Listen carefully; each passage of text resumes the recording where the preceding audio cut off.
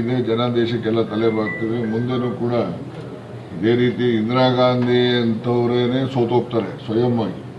ಅವ್ರ ಹೆಸರು ಮೇಲೇನೆ 200 ಜನ ಎಂಪಿಗಳು ಗೆಲ್ತಾರೆ.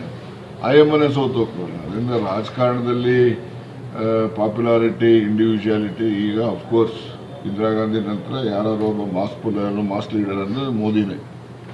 ನಾವು ಮೋದಿ ಹೊಗಳ್ಬಿಟ್ಟ ಅಂತ ಹೇಳಿ ನೀವೇ ಬರ್ತಂಟ್ರೆ ನಮ್ಮವರೆಲ್ಲ ಕಣ್ ಕೆಂಪು ಮಾಡ್ಕೊಂತಾರೆ. ನಾನೇನು ಹೊಗಳೋದಲ್ಲ, ವಾಸ್ತವಾಂಶ ಹೇಳೋವಂಥದ್ದು.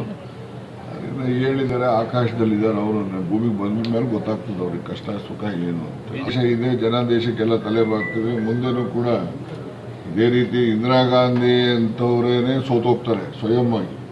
ಅವ್ರ ಹೆಸರು ಮೇಲೇನೆ 200 ಜನ ಎಂಪಿಗಳು ಗೆಲ್ತಾರೆ. ಆಯಮ್ಮನೆ ಸೋತೋಗ್ತಾರೆ. ಅದರಿಂದ ರಾಜಕಾರಣದಲ್ಲಿ ಪಾಪ್ಯುಲಾರಿಟಿ, ಇಂಡಿವಿಜುವಾಲಿಟಿ ಈಗ ಅಫ್ಕೋರ್ಸ್ ಇಂದಿರಾ ಗಾಂಧಿ ನಂತರ ಯಾರು ಒಬ್ಬ ಮಾಸ್ ಲೀಡರ್ ಅಂದ್ರೆ ಮೋದಿನೇ. ನಾವು ಮೋದಿ ಹೊಗಳ್ಬಿಟ್ಟ ಅಂತ ಹೇಳಿ ನೀವೇ ಬರ್ತಂಟ್ರೆ ನಮ್ಮವರೆಲ್ಲ ಕಣ್ ಕೆಂಪು ಮಾಡ್ಕೊಂತಾರೆ. ನಾನೇನು ಹೊಗಳೋದಲ್ಲ, ವಾಸ್ತವಾಂಶ ಹೇಳೋವಂಥದ್ದು. ಅದರಿಂದ ಹೇಳಿದ್ದಾರೆ, ಆಕಾಶದಲ್ಲಿದ್ದಾರೆ. ಅವರು ಭೂಮಿಗೆ ಬಂದ ಮೇಲೆ ಗೊತ್ತಾಗ್ತದೆ ಅವ್ರಿಗೆ ಕಷ್ಟ ಸುಖ ಏನು ಅಂತ.